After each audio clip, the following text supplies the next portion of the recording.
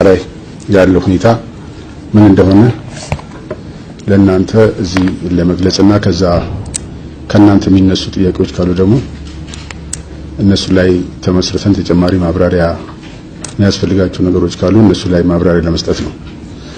ሁላችሁም እንደምታውቁት የአስቸኳይ ጊዜ አዋጅ በተለይ ደግሞ የመጀመሪያው የአስቸኳይ ጊዜ አዋጅ ከታወጀ በኋላ አጠቃላይ ሀገራዊ መረጋጋት እንዲፈጠር አድርጓል። ያን ተከትሎ የተፈጠረው ሁኔታ በመገምገም የመጀመሪያው አስቸኳይ ጊዜ አዋጅ ሪፖርት ቀርቦ በሕዝብ ተወካዮች ምክር ቤት ጸድቆ መነሳቱ ይታወቃል።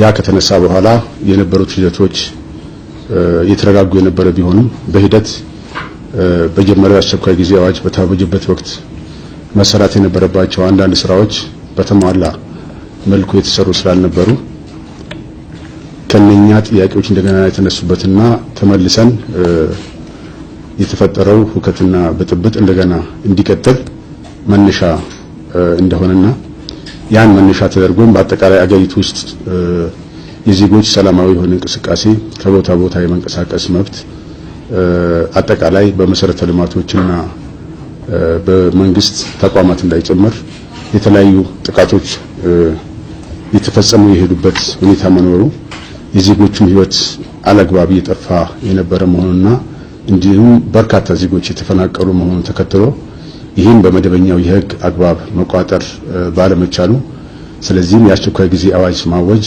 አስፈላጊ ሆኖ በመገኘቱ የአስቸኳይ ጊዜ አዋጅ ታውጇል ለሁለተኛ ጊዜ ማለት ነው። እዚህ የአስቸኳይ ጊዜ አዋጅ ዋናው መሰረታዊ መነሻው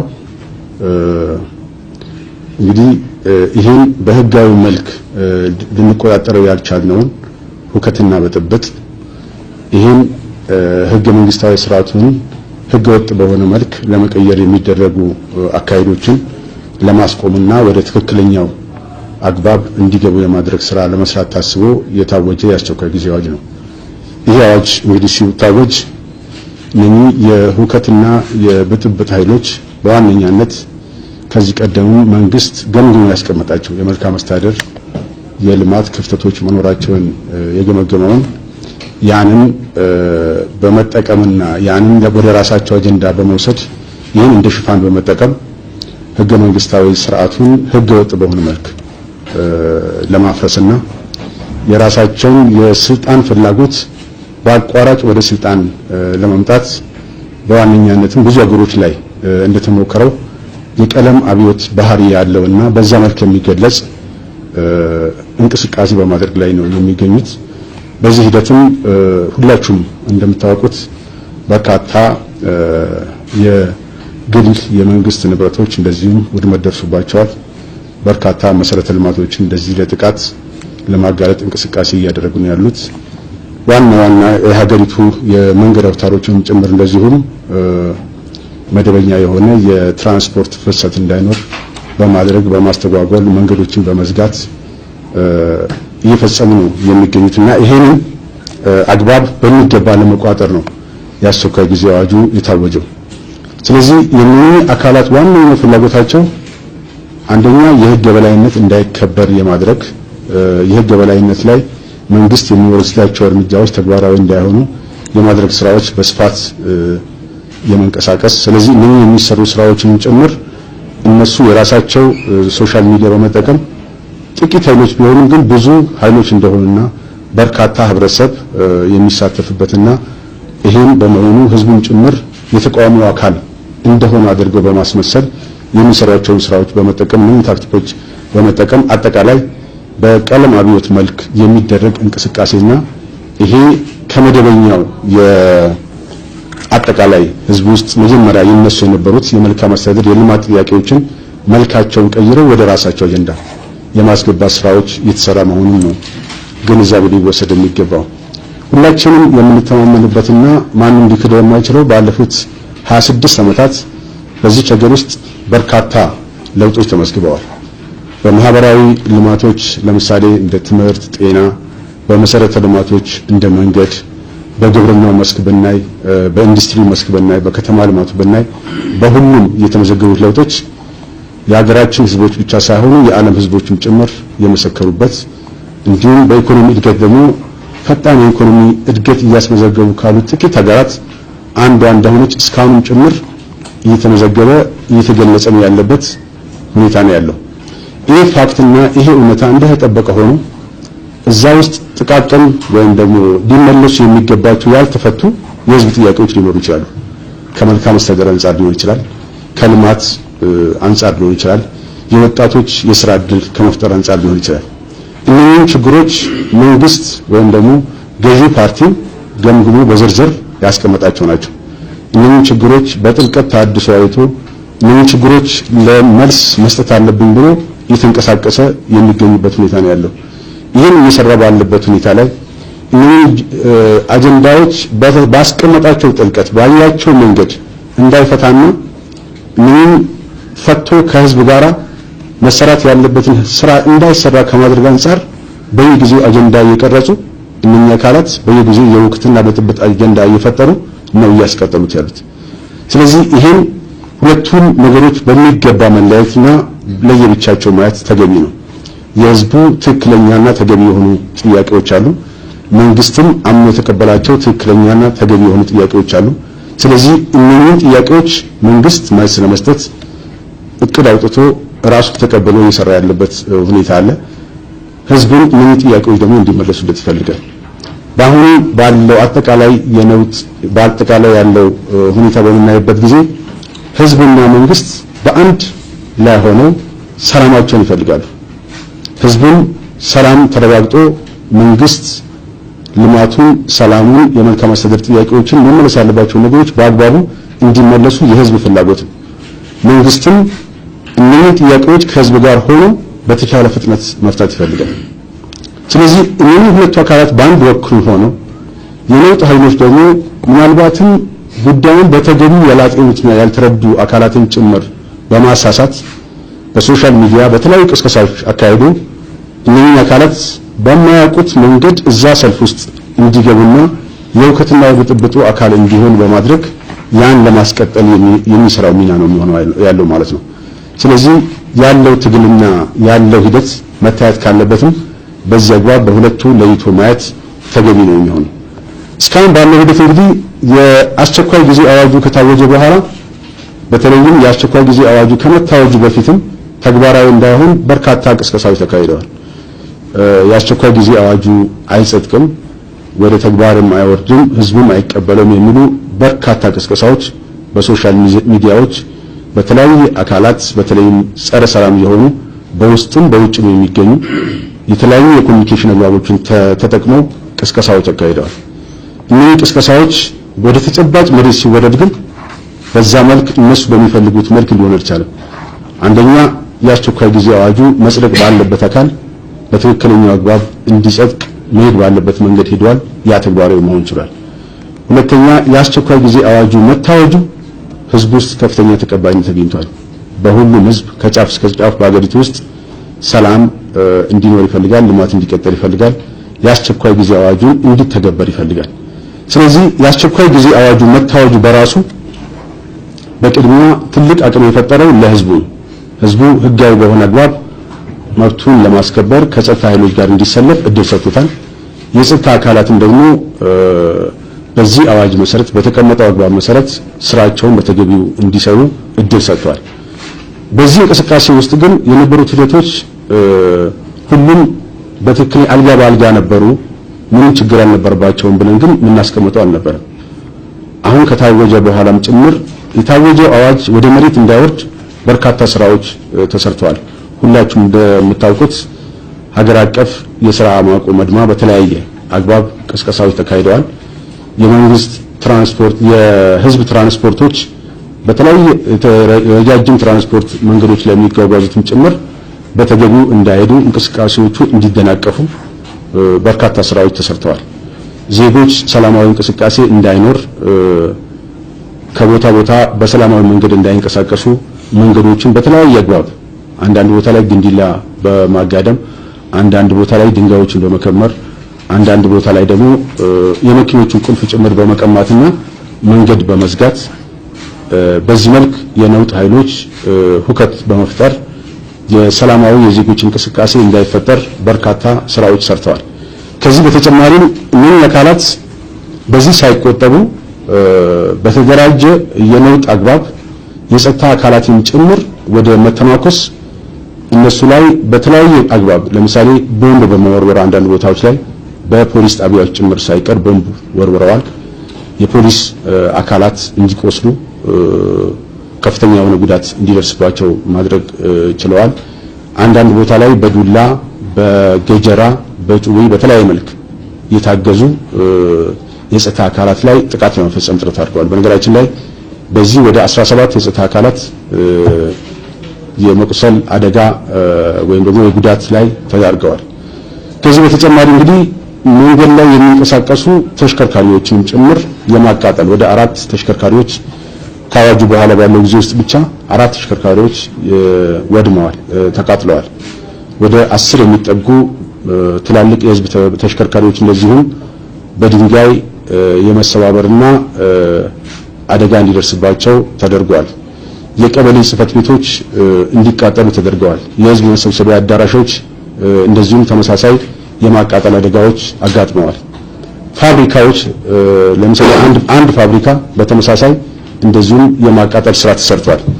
ይሄ አጠቃላይ የሁከትና የብጥብጥ ኃይሎች የተጀመረው አሁን በአስቸኳይ ጊዜ አዋጅ ታውጆ ወደ ስራ እየተገባ ያለበት ሂደት ወደ ተረጋጋ ሰላም ወደ ተረጋጋ የህዝብ እንቅስቃሴና አሰራር ውስጥ እንዳይገባ የመጨረሻ የሚያደርጉት የሞት ሽረት የነበረውን ሁከትና ብጥብጥ አስቀጥለው በአቋራጭ ወደ ስልጣን ለመምጣት የሚያልሙትን ህልማቸውን ለማሳካት የሚያደርጉት ትግል እንደሆነ የሚያሳይ ነው። ስለዚህ ይሄን በምናይበት ጊዜ በአጠቃላይ ከታወጀ በኋላ የነበሩት ነገሮች ቀላል ያልነበሩ መሆኑን ተገቢውን ግንዛቤ መውሰድ ነው። ከዚህ በመነሳት እንግዲህ የጸጥታ አካላት ባለፈው እንዳስቀመጥኩላችሁ አንደኛ የአስቸኳይ ጊዜ አዋጁን ተከትሎ በፌደራል ደረጃ የፌደራል ኮማንድ ፖስት የራሱን ዝርዝር እቅድ አውጥቷል። የራሱን ዝርዝር እቅድ ከማውጣቱ በተጨማሪም ለአስቸኳይ ጊዜ አዋጁ የአፈጻጸም መመሪያ አውጥቷል። ይህን የአፈጻጸም መመሪያና እቅዱን ይዞ በተዋረድ በየአካባቢው በቀጠናዎች በከፋፈላቸው ቀጠናዎች የራሱን ኮማንድ አደራጅቷል። በዛ ባዘጋጀው ኮማንድ ደግሞ በየቀጠናው ደግሞ የየራሳቸውን እቅድ አውጥተው ወደ ተግባራዊ እንቅስቃሴ ገብተዋል።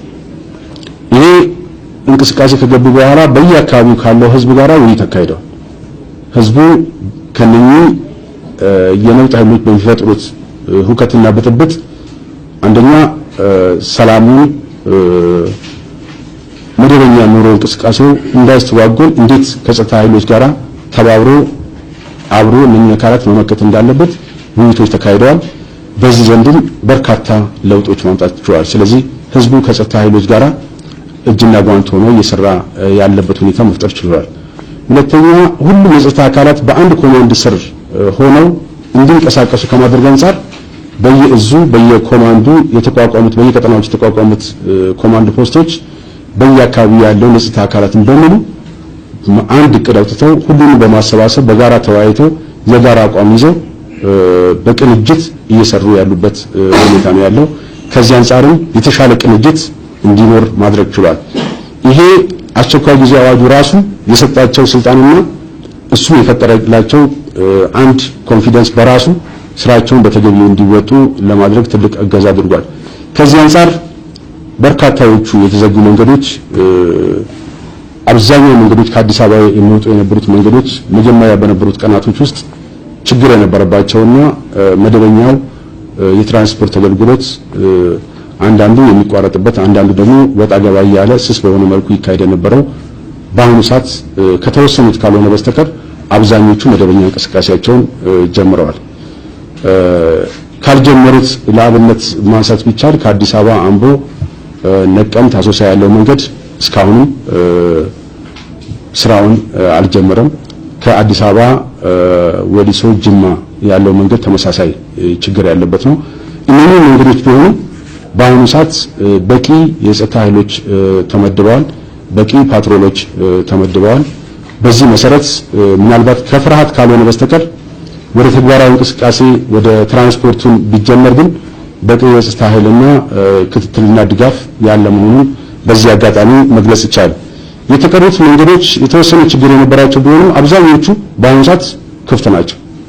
ስለዚህ በጸጥታውን በምናይበት ጊዜ አብዛኛው የሀገሪቱ ክፍል ሊባል በሚችል መልኩ 80-90% የሚሆነው አሁን በሰላማዊ የትራንስፖርት እንቅስቃሴ ውስጥ ነው ያለው።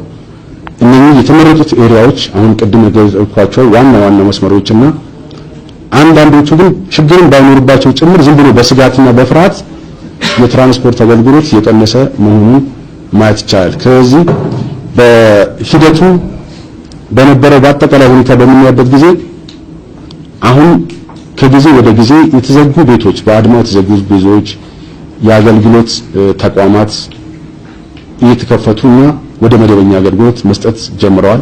ያልተከፈቱ ቦታዎች ደግሞ አሉ። ቅድም እንዳልኩት አሁን እንደ ምዕራብ ወለጋ አካባቢ፣ ነቀምት አካባቢ፣ ደምቢ ዶሎ አካባቢ፣ ጅማ ዞን አካባቢ እነኚህ ያልተከፈቱና ወደ መደበኛው እንቅስቃሴ ያልገቡ ግን ያልከፈቱት አካላት ደግሞ ራሳቸው የዛ የአድማው አካል ሆነው ሳይሆን ሳይፈልጉ ነገር ግን ከውጭ በሚነገሩ ማስፈራሪያዎችና በሚሰራጩ ወረቀቶች በፌስቡክ በሚሰራጩ ማስፈራሪያዎች ጭምር የሆነ ነገር ሊደርስብኝ ይችላል ከሚል ስጋት ነው አብዛኞቹ ወደዛ ሱቃቸውን ወይም ደግሞ አገልግሎታቸውን ይዘጉ ያሉት።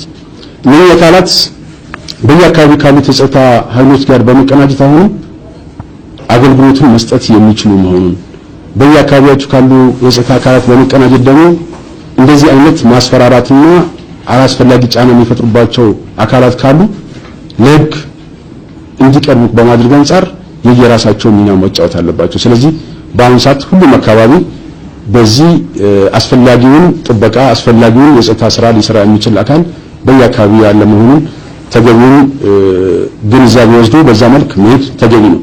ከዚህ አንፃር በርካታ ቦታዎች ላይ ከጸጥታ አካላት ጋር በመቀናጀት እንደዚህ ችግር የሚፈጥሩትን አካላት አሳልፈው የመስጠት ስራዎችን እየሰሩ ነው። ለምሳሌ ጅማ ብንወስድ በግድ እያስገደዱ ሱቅ የሚያዘጓቸውን የሚያስፈራሯቸውን አሳልፈው እነኚህ ችግር እየፈጠሩብን ነው ብሎ የአካባቢው ህዝብ ራሱ ለሕግ እያቀረበ ያለበት ሁኔታ ማየት እንችላለን። ከዛ በተጨማሪም የመስተዳደር አካላትን ጭምር ከነኚህ የጸጥታ አካላት ጋር በመሆን ከአካባቢው ህዝብ ጋር በመሆን እንደዚህ ሁከት የሚፈጥሩትና ብጥብጡን ለማስቀጠል የሚፈልጉትን አካላት የማስቆም ለሕግ እንዲቀርቡ የማድረግ ስራን በተቀናጀ መልክ እየሰሩ ስለሆነ ይሄ አጠናክረን በመቀጠል በአጭር ጊዜ ውስጥ ለውጥ የምንፈልገውን ለውጥ ማረጋገጥ ይቻላል። የአስቸኳይ ጊዜ አዋጁ ከታወጀበት ጊዜ አንፃር አጭር ጊዜ ቢሆንም ለውጦቹን አሁንም እየተከሰቱና እየታዩ እየመጡ ስለሆነ ቀጣይ ስራውን እያጠናከርን እያሰፋን ስንሄድ አሁን ያሉ ስጋቶች ሙሉ በሙሉ መቆጣጠርና ወደ ትክክለኛው አሰራር ማምጣት የሚቻል ነው የሚሆነው። ከዚህ በተጨማሪ እንግዲህ በዋነኛነት ይሄን ሁከትና ብጥብጥ በምናይበት ጊዜ አሁን ብዙዎቹ በዚህ ሂደት ላይ እየተጎዱ ያሉት አነስተኛ የህብረተሰብ ክፍሎች ናቸው። ሱቃቸውን እንዲዘጉ የሚያደርጉት የእለት ስራ ሰርተው ልጆቻቸውን የሚያስተዳድሩ በርካታ ቤተሰቦች ናቸው። ሀገራችን ገና ከድህነት ያልወጣች ሀገር እንደመሆኗ መጠን አብዛኛው ህብረተሰብ ክፍል በእለት ኑሮ ዛሬ የሰራትን ለነገ የሚመገብ ወይም ደግሞ ዛሬ የሰራትን ለዛሬ ለልጆቹ መግቦ የሚያድር አብዛኛው ህብረተሰብ አንድ እንጀራ ሽጣ የምትተዳደር እናት ዛሬ ስራ መስራታችን ተብላ ቤቷ ሲዘጋባት ነገ ልጆቿን የምታበላቸው ነገር እንዳይኖራት ነው የምትደረግ ያለው። ዛሬ አንድ የጉልበት ስራ ሰርቶ የሚውል አባት ዛሬ የጉልበት ስራ እንዳይሰራ ሲከለከል ማታ ልጆቹን ያበላቸው ነገር የለም። ስለዚህ ለሶስት ቀንና ለአራት ቀን እየተባለ የአገልግሎት ተቋማት እንዲዘጉ ዜጎች በእለት ስራ ሰርተው ቤተሰባቸውን ኑሯቸውን የሚኖሩበት እድል ሲዘጋ ምናልባት ውጭ ሀገር ሆኖ በፌስቡክ የጻፈ ለሚለጥፍ ሰው ቀላል መዝናኛ ሊሆን ይችላል። ነገር ግን በርካታ ደሃ ዜጎችን ግን የሰቆቃ ህይወታቸው ላይ አደጋ ላይ እንዲወድቅ የሚያደርግ ስራ ነው ግን የተሰራ ያለው። ስለዚህ ይሄ አካል በየትኛውም መመዘኛ ቢሆን ህዝባዊ አስተሳሰብ ያለው አካል ሊሆን ይችላል። በየትኛውም አስተሳሰብ ቢሆን ለህዝቦች ለዜጎች የሚጨነቅና የሚያስብ ሊሆን አይችልም። ምናልባት እሱ የሚታየው ነገር ቢኖር ዜጎች ህይወት የፈለገው ነገር ይሁን እንዴት በአቋራጭ ህገ ወጥ በሆነ መልክ ህገ መንግስታዊ ስርዓቱን በጣሰ መልክ እንዴት ወደ ስልጣን እንደሚመጣና ያን እንዴት እንደሚያሳካ ከማሰብ ውጪ ዛሬ እነዚህ ደሃ ዜጎች የሚደርስባቸውን የሚያጋጥማቸውን ችግር የሚያስብና ለዛ የሚቆጭ አካልም እንዳልሆነ ግልጽ መሆን ያለበት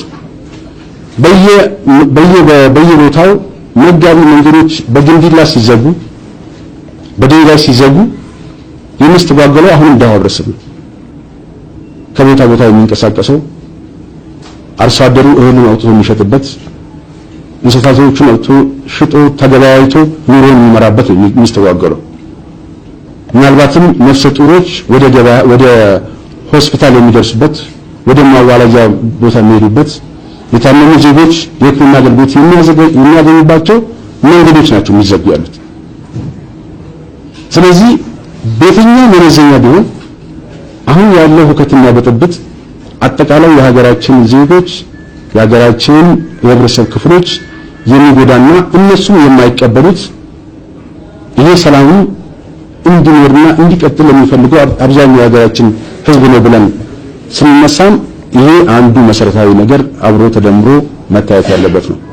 ስለዚህ ይሄን ከመስራት አንፃር እስካሁን በተሰራው ስራ በርካታ ለውጦች በሚባል ደረጃ በአጭር ጊዜ ውስጥ ማስመዝገብ ተችሏል ተብሎ ሊወሰድ አይችልም። ነገር ግን ጅምሩ ጥሩ ጅምር ነው ብሎ ግን ማስቀመጥ ይቻላል። ከዚህ አንፃር አብዛኛው የሀገራችን ህዝቦች በተለይም ደግሞ ሁከትና ብጥብጡ ባለበት አካባቢ ያለው የህብረተሰብ ክፍሎች ሰላምና አሁን ያለው መረጋጋት እንዲቀጥል ከጸጥታ ኃይሎች ጋር ሆነው ተቀናጅተው ለሰሩ ስራ በዚህ አጋጣሚ ምስጋናዬን ማቅረብ እፈልጋለሁ። የጸጥታ አካላትም ቢሆን የቆሰሉን የደሙን የተቸገሩን ቢሆን ይህን ሰላም መረጋጋት ለህዝብ ጥቅም ሲሉ እየከፈሉ ያሉት መስዋዕትነት እውቅና ሊሰጠው የሚገባውና ምስጋናም ሊቀርብላቸው የሚገባ ነው። ከዚህ በተጨማሪ የመስተዳደር አካላት በየቦታውም እንደዚሁም ይህን ስራ በማገዝ ያበረከቱ ያለው ሚና ቀላል ግምት የሚሰጠው አይደለምና የነኚህ አካላት አሁን የተቀናጀ ስራ የነኚህ የነውጥ ኃይሎች በህገወጥ መልክ